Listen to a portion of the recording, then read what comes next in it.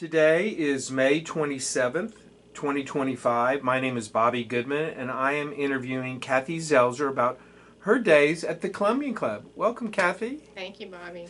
Glad to have you here. Let's just jump right in right now. Cathy, tell us, when were you a member of the Columbian Club? Well, that's a good question, Bobby. I have kind of figured out, if my parents were here, they could tell you quicker, but I think it was probably the late 50s, early 60s, because earliest memory is going to be when my sisters and I were probably right around preschool, first grade. Oh, wow. So, late 50s, your folks joined. Correct. You grew up at the club, evidently. Absolutely. And were you a member yourself as well? I was. I came back years later. I mean, that's a whole nother story. But after we grew up and we went out to college and went around and got our jobs and everything, I came back as actually the first single woman that was not a widow that joined the Columbian Club. Wow. Wow. Well, we'll get to that in a second. Okay. When you were under your parents' membership, do you recall kind of what the membership felt like? Were they had probably all seemed older or whatever? Actually, to me, my memories are all about families and all my parents' friends and their families, kind of like your family. Right. We were all kind of the same age. We all went to bingo together. I mean, we went swimming together. So it felt like a community, and all of our social activities took place there. Wow. Do you think at the time that your folks joined, do you think did anti-Semitism play into them joining the club, do you feel? I know I'm asking about your folks, but... Right, and it's hard for me to remember. I don't think they really talked to us about it. Of course, looking back on it, now we kind of know that there weren't many opportunities to join any other clubs if you were Jewish at the time, so I think it was probably had something to do with it, but I think it was also more about them being with their friends and being able to have a place to socialize. That makes sense. So let's kind of move into when you became a member. You said after college and all that. So why'd you decide to join the club? Well, I'd been a tennis player, and I had played tennis at the club too with a couple of different teams, but then I decided I wanted to play golf. And I had moved back to town. I'd been traveling a lot with my career, and that was going to be the easiest thing for me to do, and the golf course was always so wonderful, so I said, okay, I'm going to join, and I joined by myself, as a single person. Do you recall about what year that may have been? Year that was, I want to say it was, I don't want to give my age away, but I'm happy to do so. I think it was probably the late 80s or maybe 1990. And what was the application process like? You mentioned earlier that you were probably the first woman to join, but what was the application process like back then? As I recall, of course, I was a legacy member, so I was the daughter of a member. My parents, of course, were still members. I think there had to be 2 or 3 other recommendations to allow me to be a member, and of course there was probably some sort of deal on the initiation at the time. So I don't remember being interviewed at that time, but I think that there were some other people there that had to vouch for me. And your involvement at the club, we'll talk about some of the social things, but were you involved in any were there even committees for women then? I mean, how did that work out? Glad you asked that question, Thank Bobby. you. Interestingly enough, I was kind of a rebel at that time, and there were certain things going on there. For example, tea times were not allowed for certain women before certain times. So actually, there was another female member, Sandy Phillips, and I were the first female members who got on the board of the Columbian Club, since there had not been women before. So that was a big committee that she and I were both on at the same time, so we could give our input as to women's rights at the club. Awesome. So that was one committee. The other committees were, we had a ladies golf association, and I was very involved in that, and of course was president a couple of times of that. So let's talk about your involvement or the importance of the club to you. You grew up there as a young person and you had friends. Tell me a little bit about the importance of, and really there's two different phases, I guess, when you were younger and then as you joined yourself. It really was two different phases. Growing up there, it was a blast for us. I mean, my two sisters and I, went to the July 4th parties. We took swimming lessons there. We went to the snack bar all the time, and I'm sure you've heard this over and over again. Bingo night was a huge night for us. Thursday night buffets. I know you've heard this too. We had the best food in town there. So, I mean, birthday parties, snowballs, where we got the ice cream snowball with the sparkler in it and the hot fudge. So growing up there was our big social activities, and we got to be with our friends, and we got to invite friends to take with us who always loved coming there too.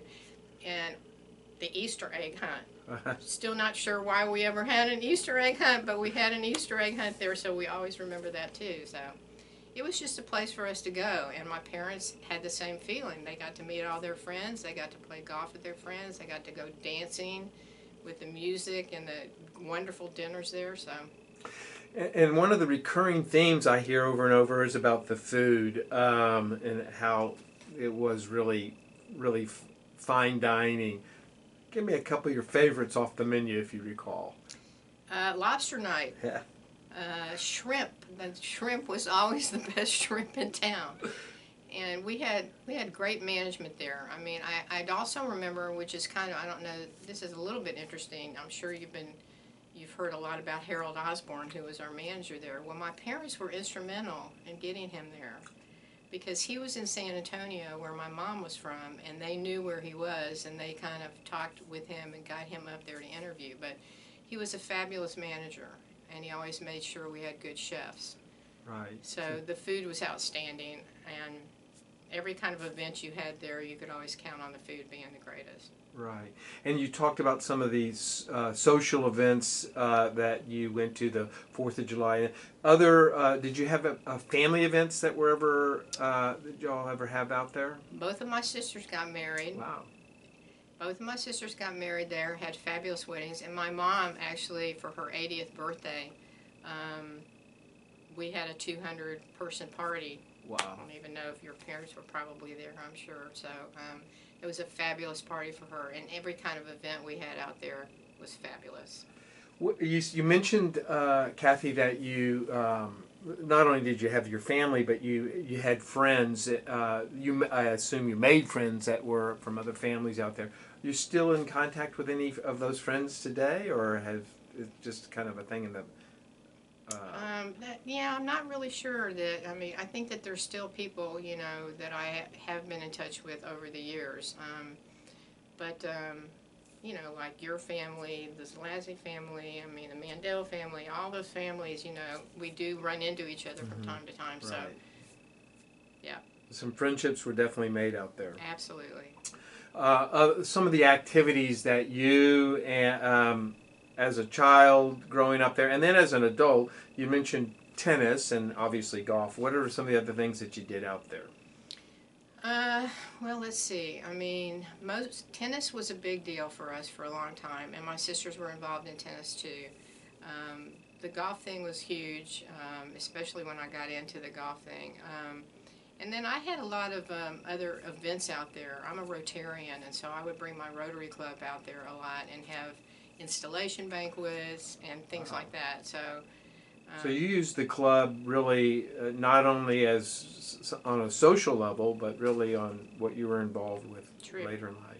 Business, social, community service. I mean, wow. Rotary's all about community service. So yeah, I had them out there a lot. What were some of the? If you could name a couple, what were some of you want to share with some of your favorite memories? Do you have a memory out there that that kind of sticks to, top of mind about your days at the Columbian Club? I think 4th of July, when we started with the fireworks out there with the city of Carrollton, those were spectacular days. So those were really fun days. The golf experience out there was always really wonderful. So I had my 40th birthday party was a golf tournament out there, and that's just a really special memory for me because I had a lot of my friends both at the club and outside the club that came and played in that tournament with me. So that was pretty special. Yeah. You know, a lot of parties. I've had birthday parties out there too, and every kind of event has been special out there. Very cool. So, Cathy, tell me why you think the Columbian Club closed down. What is your thoughts on that?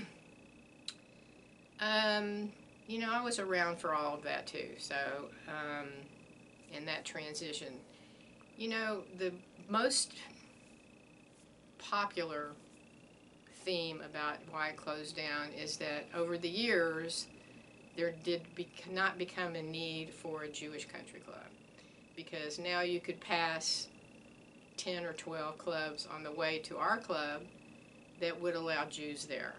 And so many people dispersed and joined other clubs that maybe were more convenient, and they socialized with a lot more people than just the Jewish people.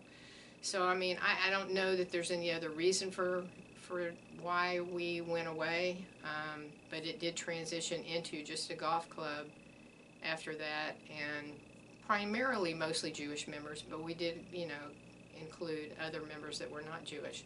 I don't have any other reason to believe, you know, when the Columbian Club formed, you already know this in the history, they didn't let Jews in anywhere else. So, I mean, there wasn't a big choice. There was no other choice. And so that's what I think happened. And were you a member till the through the end, until they transitioned into the honors or into the? I was a member in the honors. I was a member at Mary Doe up until 5 years ago. Really? So I went through all those transitions with the club, and it was heartbreaking in a lot of ways. Yeah. Heartbreaking. Do you think, Cathy, that a Columbian Club could exist today?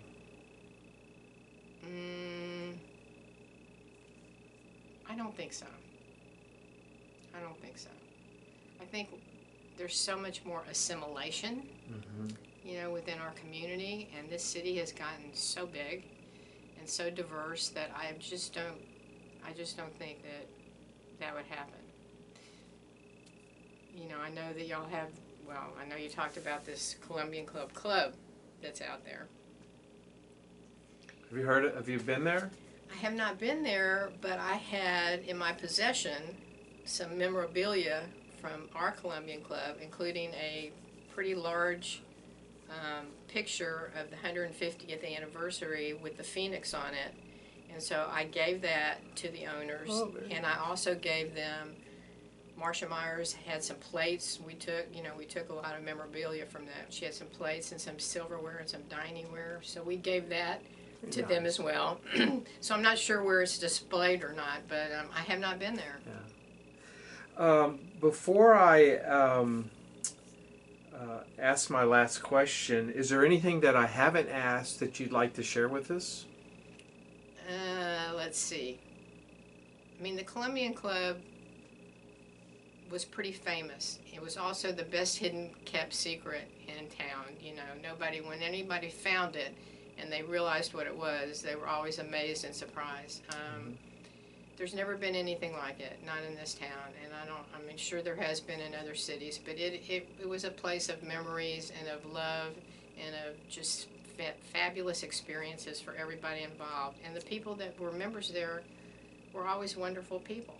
I mean, we had the wonderful people from all over the city, so I mean, it was the greatest experience and truly memorable and very important to my family, especially my father out of the Depression era, who never thought he could join a country club, and that was a big deal when they joined. So they loved it and we loved it.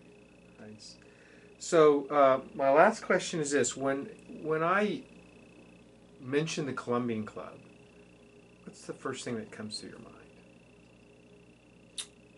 Fellowship. Very nice. Yeah. Very nice. Cathy, I appreciate you sharing your memories with us about the Columbian Club. Really do. It was wonderful. Thank you, Bobby.